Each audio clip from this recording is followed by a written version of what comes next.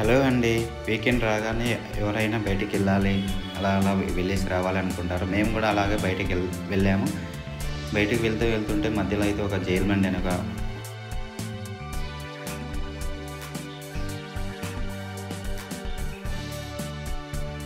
Jail మండి అనే ఒక hotel అయితే కనిపించింది. చూద్దాం ఇది ఎప్పుడైతే మనం టేస్ట్ చేయలేదు. ఇంట్లోకి వెళ్ళి దాని ఎక్స్పీరియన్స్ అయితే ఎంజాయ్ చేద్దామని వెళ్ళాము.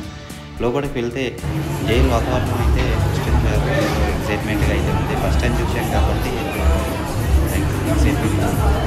లోపలికి వెళ్ళి చూడగానే జైలు అట్మాస్ఫియరే కనిపించింది టోటల్గా.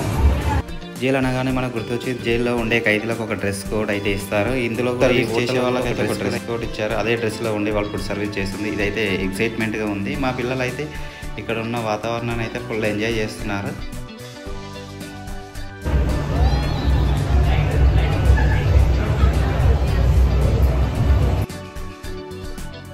ఇక్కడ చూడండి గన్ ఎంత పెద్దగా ఉంది. జైల్లో ఉన్నట్టు ఇక్కడ కూడా పెద్ద గన్ అరేంజ్ చేశారు అట్మాస్ఫియర్ కోసం. మొత్తం అదిరింది కదా అట్మాస్ఫియర్. మాకైతే చాలా బాగా అనిపించింది. మరి మీకు ఎలా అనిపించిందో చెప్పండి.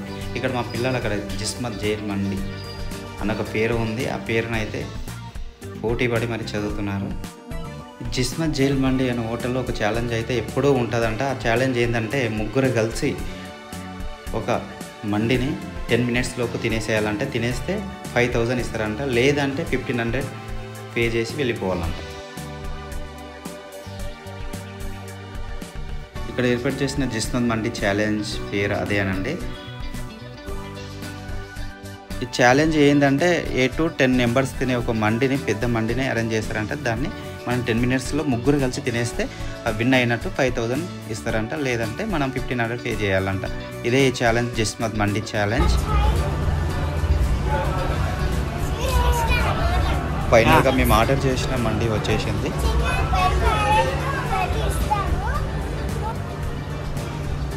చికెన్ ముక్కల గురించి చెప్పమంటే మా చిన్న పాప క్యారెట్ గురించి చెప్తున్నది. పెరుగు క్యారెట్ అని. అదే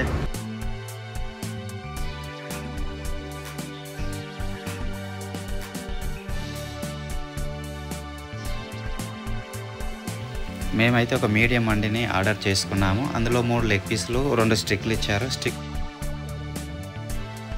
ఈ మీడియం మండి అయితే మాకు ముగ్గురికి అయితే సరిపోయింది.